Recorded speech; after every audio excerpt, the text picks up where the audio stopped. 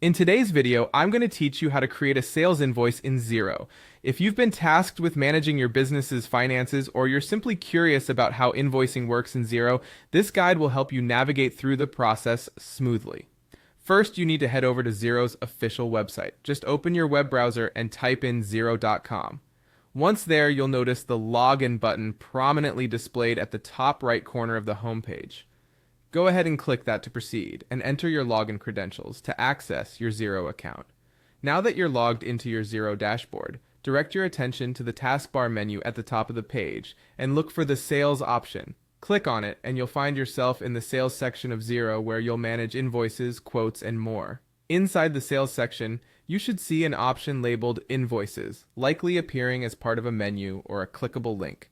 Click on Invoices to move forward and view your invoice management page. Next, locate the New Invoice button.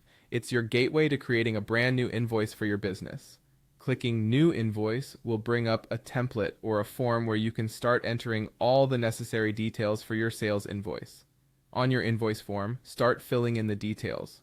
First, select the date for your invoice to indicate when it is being issued. Then, set a due date by which you expect payment from your customer. You're also given an option to add a reference number, which can be particularly helpful for tracking purposes. Xero conveniently auto-generates an invoice number for you, but feel free to customize it to align with your internal systems. Once that's complete, it's time to add the items or services you're billing for. Click Add Item, and you'll be prompted to fill in specific details like description, quantity, unit price, and applicable tax rate. Repeat this step for each item or service you need to include in the invoice. With all your items entered, take a moment to review the invoice. Check that all totals and tax calculations are accurate. If necessary, you can also add additional notes or attach files for your customer's reference. These extra touches can offer clarity and prevent major miscommunications down the line. Finally, when you're confident everything is just right, it's time to approve and send the invoice. Click Approve to finalize it. From here, you can choose to email the invoice directly to your customer, or if you'd prefer, save it as a draft to be sent at a later time.